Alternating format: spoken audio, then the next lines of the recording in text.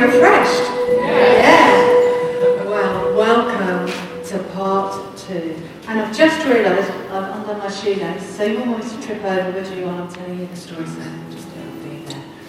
So can you remember where we left our hero, Homer Brut, where was he? Where was it? Can anyone remember?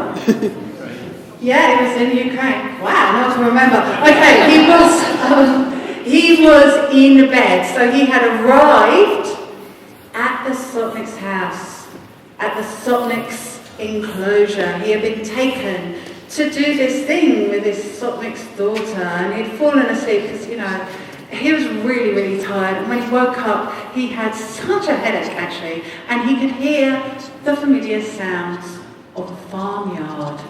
And he opened the splashing water, and he opened the door, and he looked out, and he saw he was in the Sotnik's enclosure, which was, well, it had the high, spiked wooden fence, of course, but it was huge. It was more like a village with dwelling places for all the peasants and the Cossacks who worked for him, and there was a grain silo and a turkey enclosure and a goat enclosure, and everybody was rushing to and fro like they did in the morning in a farm. But there was more, because there were women hurrying and crying, and he could hear them saying, "Too late, too late," and he realised he must be too late. The Sotnik's daughter must have died in the night, and just then he felt his elbow go cold, and he looked, and beside him was a servant with long, straight, grey hair. "Master priest," he said, "well, at last you are awake. Let me take you to see the master. This way, please, this way," and led him to the Sotnik's home, which was this building with a massive, heavy thatch, as was the style in those days, which hung almost down to the ground, supported on huge wooden, painted, carved columns, and they went in, and this way was silks and beautiful carpets and everything gold, and finally, right at the end, next to a massive stove, was the Sotnik himself, the old Cossack commander with his massive belly and his silk sash over it, his bald head, long draggly hair, long draggly moustaches, his eyes red from crying. "Come, sit.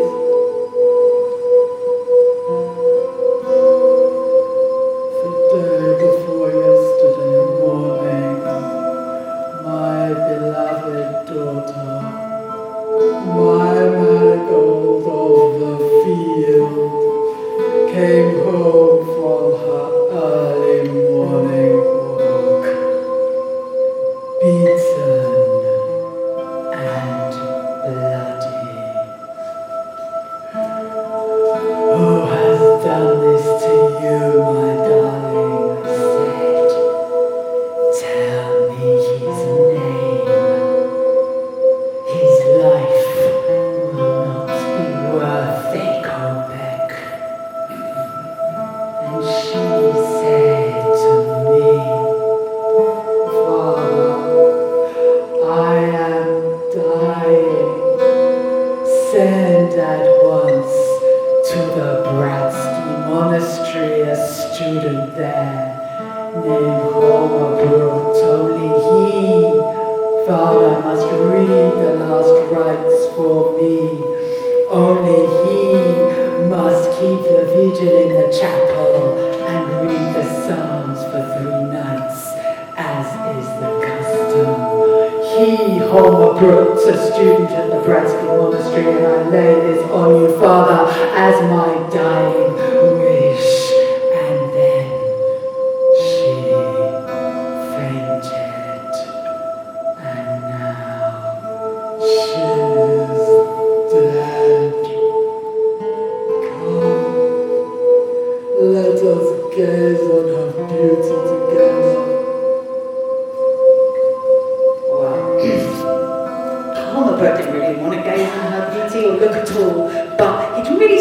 how he could say no, and so he followed the Sotnik through into this red-draped room, and there was a bier with a coffin on it that was open. He wasn't going to look. At the head and at the foot were candles, the coffin was full of roses and something else. He could see the Sotnik struggle to his knees and start kissing whatever it was in there. And the Sotnik goes, read. So he went to the lectern and he found some old prayer book. It looked like it had never been read. They weren't very religious people here because it was all kind of stuck together with mildew, but he got it open. He found some prayer that sounded like it would be good, and he read it, not looking. Finally, some peasants came. They closed the lid of the coffin, then they all had to carry it through the whole of the Sotnik's enclosure, past every bit of it, until finally they came to the chapel, which was right at the back. Tall wooden building with many windows and doors, and it had steep wooden steps leading up to a set of double doors. They had to go in, take the coffin in there, set it down, come all the way through, set the coffin down on the bier, and then, so mildewy and damp in there and dark. I don't know if you can imagine what that would be like, but it was really, really cold. And he came out in the sun, and Sotnik was there, and he said, you will keep the vigil and read the Psalms as my daughter wished, but first you must be hungry. Eat. And took him to the kitchen. Now, he had said the word eat, which was Homer Brut's probably second favourite word. And so he came in, and there was the kitchen. It was all outdoors because it was summer. There was a lovely sort of campfire thing, and this beautiful cook. She was all curvy, and she had her hair in a big scarf, and she had this huge tureen of stew with dumplings in it, all floating around as she gave him a massive bowl full, and he was eating it. Now, the kitchen was sort of like a social place where everybody came and told jokes and had a smoke and had a little rest, and he got to meet some of the other servants, and they were really good, and they told him that he hadn't really thought about, that the Sotnik was actually a really good guy and very generous to people who pleased him. And he realised he was going to be going away from there with a lot of gold. And it was just going to be so easy because it was summer. And the vigil was from sunset to cock from crow. And that's hardly any time in summer, it's just like a few hours. So it's going to be the easiest money that he ever got. Anyway, it's having a really, really nice chills out, relaxing time. When suddenly his elbow went cold. And he realised that the last rays of the setting sun were twinkling through the branches and the leaves. And there was the servant with the long, straight grey hair. Master Priest, he said, see how late it is getting. I have brought you all of these candles. I'm sure you'll be wanting them all.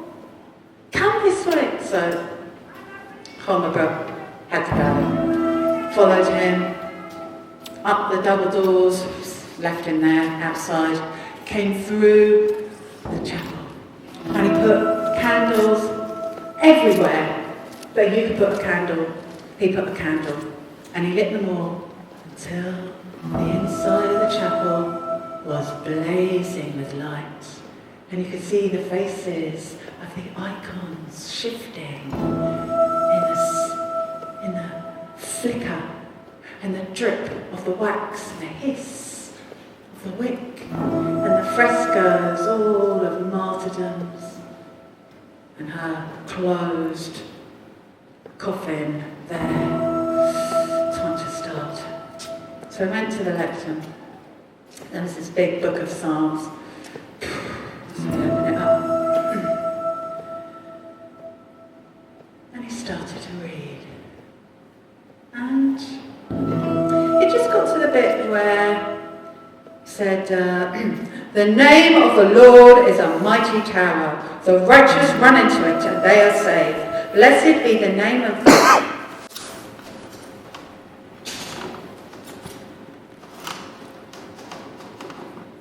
And he had the strongest feeling that the coffin was opening.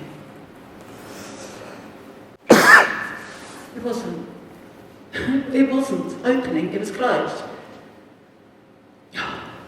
It's crazy, going crazy in here. Where was I?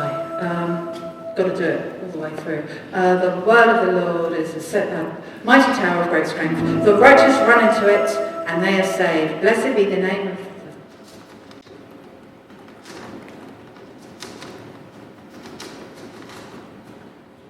And he thought, the coffin is opening. It wasn't opening. He was just imagining things, and he went back. The name of the Lord is a mighty tower of great strength. The righteous run into it and they are saved. Blessed be the name of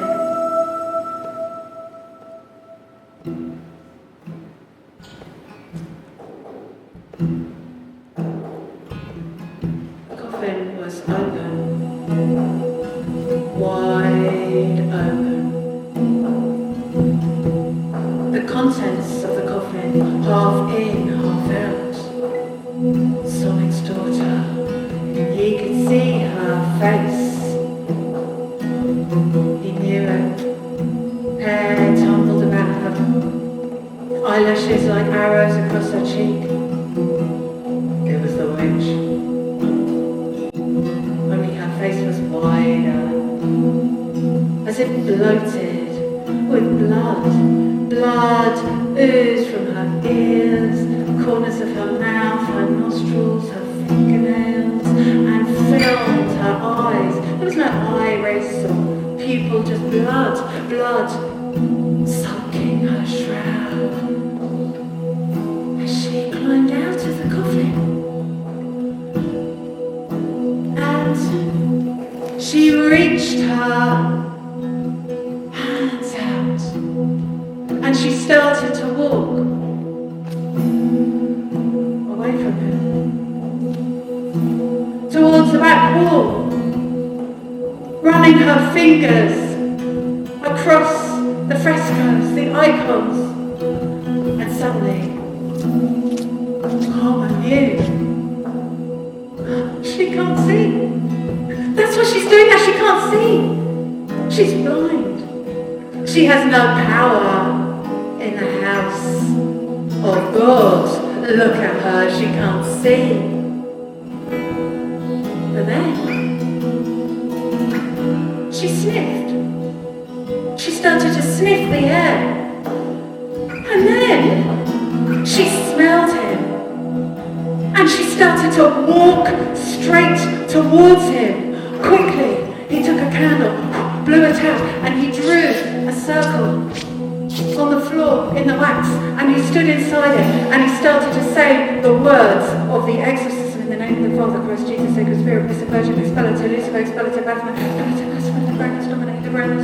Christ have mercy upon us all. As long as he said the words and stayed in the circle, she couldn't smell him anymore.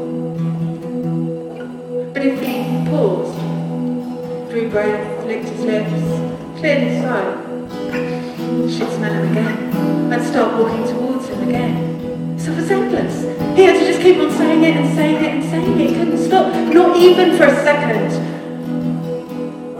And the only thing that kept him going was that he could see she was getting frustrated. Yeah, she couldn't get him. It's like a battle of wills. He was not going to let her win. No. So he carried on saying the words and saying the words and saying the words because he knew dawn wasn't that far away. So he kept on saying the words and saying the words, and then the high-pitched sound of the cockerel crow split the air, and she softened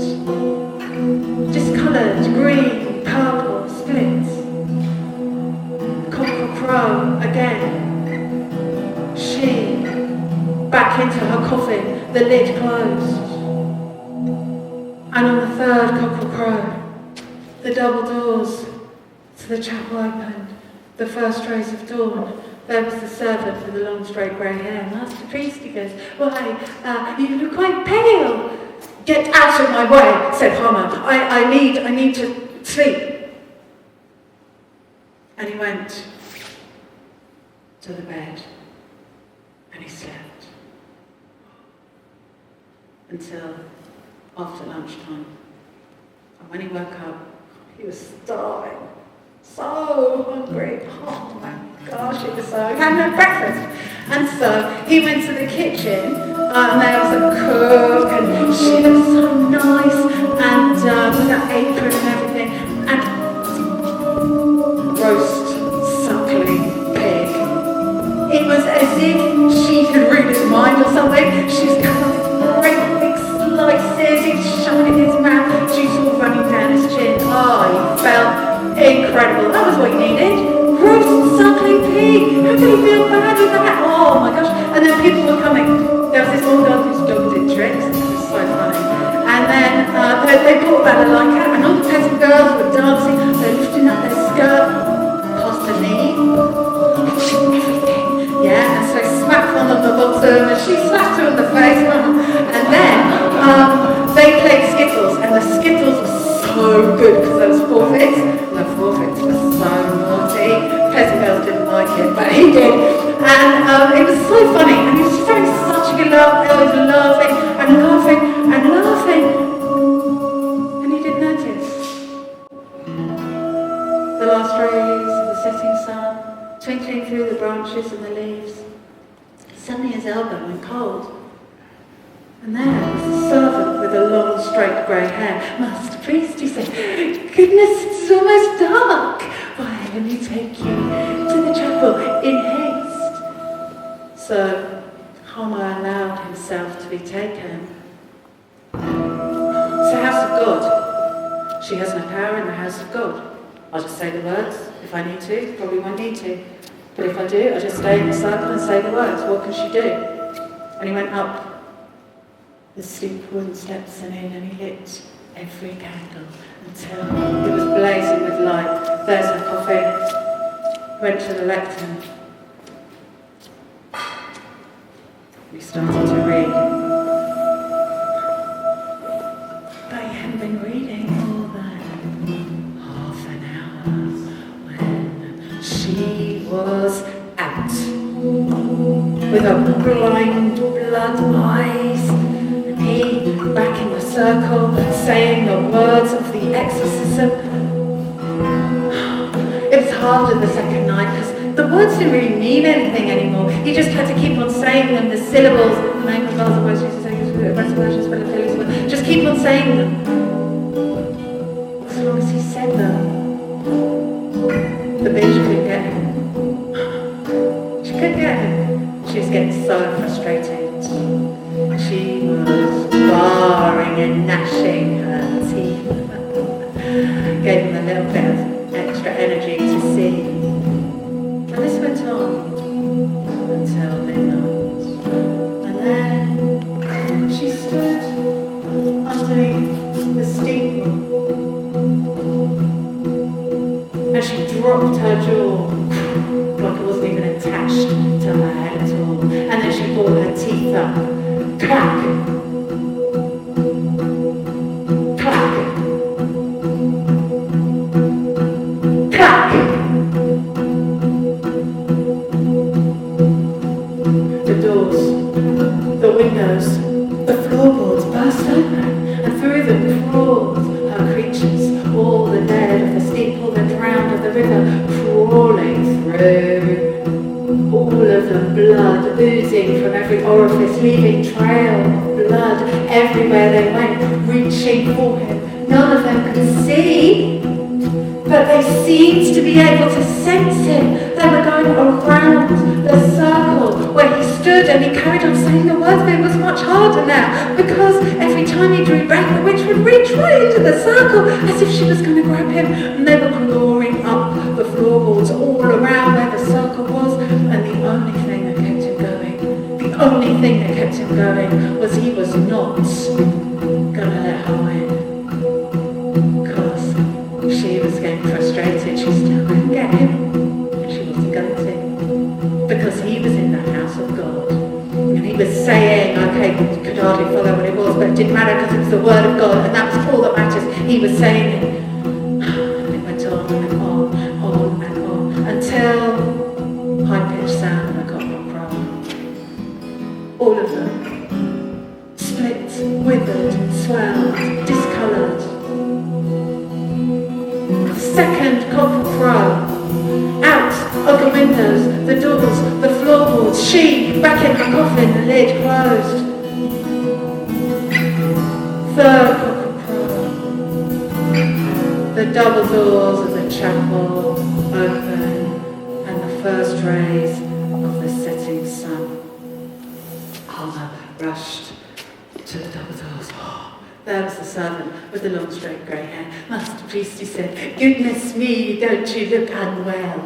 Is everything all right?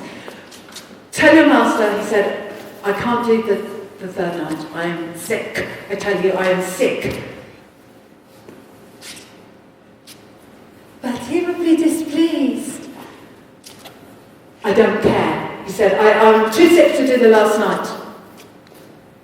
It was his daughter's dying wish. He will have you beaten. Then I must be beaten, for I will not do it again. You surely do not know how the master does his beatings. Have you ever been beaten with leather whips? Yeah, I said yes, pretty unendurable. Oh, not how the master does it, though. You see, he gets 6 of his strongest men, and they all have leather whips. And they lay them on, and lay them on, and lay them on, and lay them on, and lay them on for many hours, until they're exhausted. And then refresh themselves with vodka, and start again from the beginning. I need some air, then, he said. And he thought, I'm not going back in that chapel. I'm not going to see the Sotnik. I am getting out of here. And so, there were so many people around. Everyone was around. And he was looking, farmyard. The only place that was good was the orchard, because there were quite a lot of leaves. So he went to the orchard until he came to the high spiked wooden fence. It was pretty tall and spiky, but he was pretty desperate. And somehow he managed to fling himself over and land heavily on the other side, ripping his habit all the way up to there.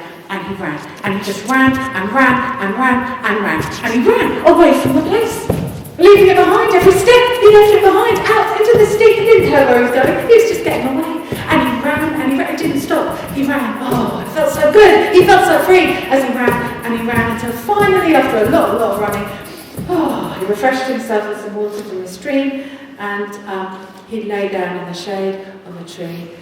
And when he woke up, the sun was setting. Sun was setting. It was too late. Couldn't get him now. He just felt this way of relief. Just then, a slight cold shadow fell over him, and his elbow went cold. And leaning over him was the servant with the long straight grey hair. Master Priest, he said, "Why, what are you doing out here? I don't understand. Did you come for a walk?" And he struggled to his feet. He saw he must have run in a huge circle, because he was right by the gates of the Sotnik enclosure. And there were all the Cossacks around as well, with no bayonets. So he allowed himself to be led in. And he thought to himself, I'm in the house of God, I'm a man of God, I'm saying the word of God, what can she do? I'll just stay in the circle, it's only a few hours, I'll just stay in the circle, I'll just keep on saying the words, I've done it for 2 nights, I can do it for another night. And so, he went in. Set all the cans, her coffin lying there, wasn't even going to look at it. Went to the lectern,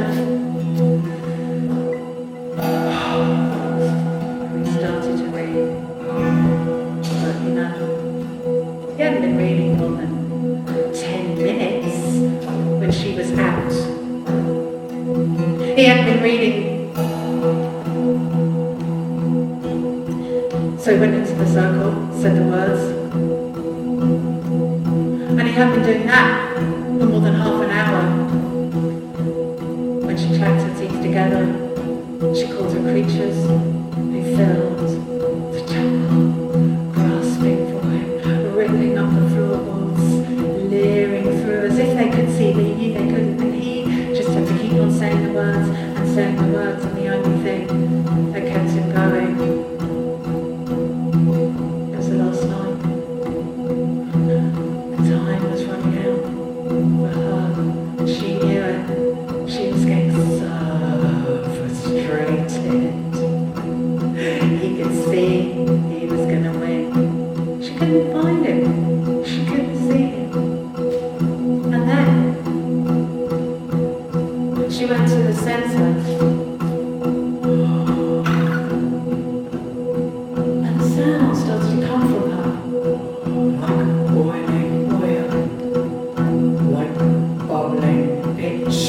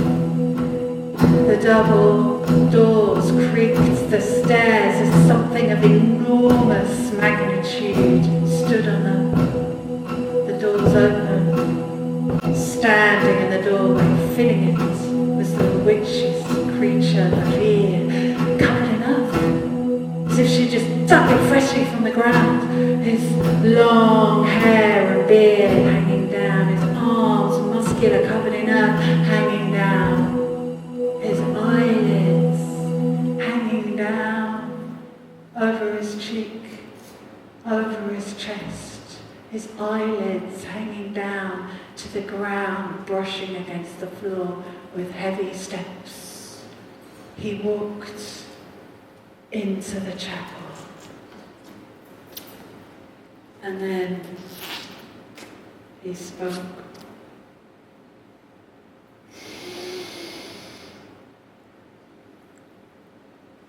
Open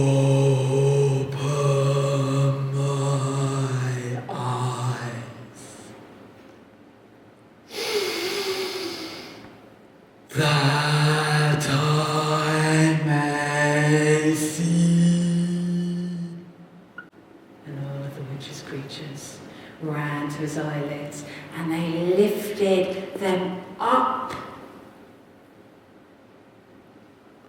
His eyes shone like searchlights, and Homer Brut, he knew he shouldn't look, he knew he mustn't look. He couldn't help it just for a moment. He looked, and in that moment, he locked eyes with the V. And the V lifted his great muscular, earth-covered hand and pointed, and he said,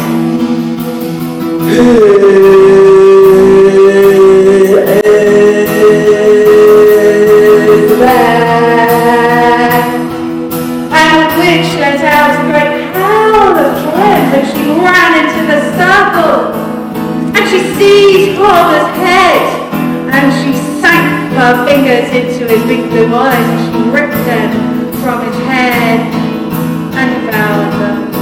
And all the creatures they ran into, and they tore him body and soul, devoured him. They were having such a fine time that they didn't hear the first cockerel crow